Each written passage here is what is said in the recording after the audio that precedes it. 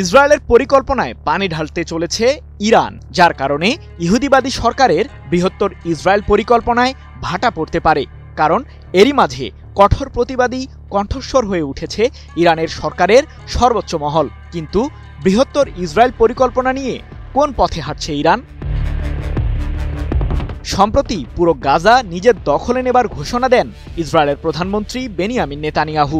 আগ্রাসী এই নেতার এমন ঘোষণার পর থেকেই বিশ্বব্যাপী সমালোচনার ঝড় ওঠে।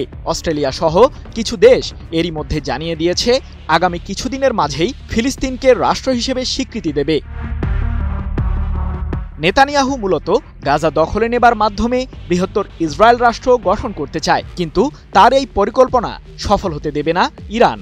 এরই মাঝে ইরানের সর্বোচ্চ মহল থেকে জানানো হয়েছে তীব্র প্রতিক্রিয়া।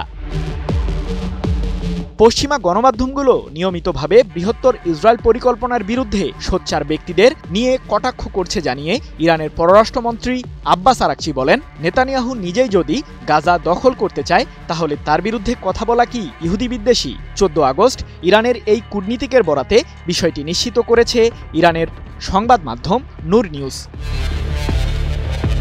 যুদ্ধাপরাধ ঢাকতে এবং ফিলিস্তিনিদের বিতাড়িত করতে সম্প্রতি ইসরায়েলি সরকার গাজা উপত্যকা দখলের পরিকল্পনায় অনুমোদন দিয়েছে।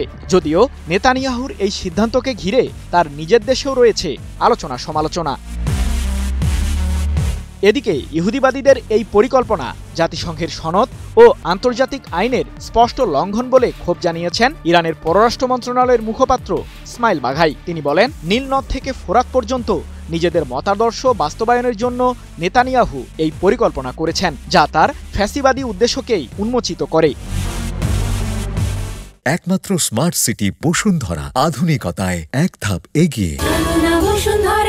ফিলিস্তিনের গাজায় ইসরায়েলের আগ্রাসন শুরু হওয়ার পর থেকেই তীব্র কণ্ঠস্বর হয়ে আবির্ভূত হয় ইরান। নেতানিয়াহুর আগ্রাসনের বিরুদ্ধে আন্তর্জাতিক সম্প্রদায়কে আইনি ব্যবস্থা নিতেও এখন পর্যন্ত বেশ কয়েক দফায় আহ্বান জানিয়েছে তেহরান। তবে ইসরায়েলি প্রধানমন্ত্রীর বিরুদ্ধে আন্তর্জাতিক অপরাধ আদালতের গ্রেপ্তারি পরোয়ানা থাকলেও কোনো এক অদৃশ্য কারণে বারবার ছাড় পেয়েছেন নেতানিয়াহু।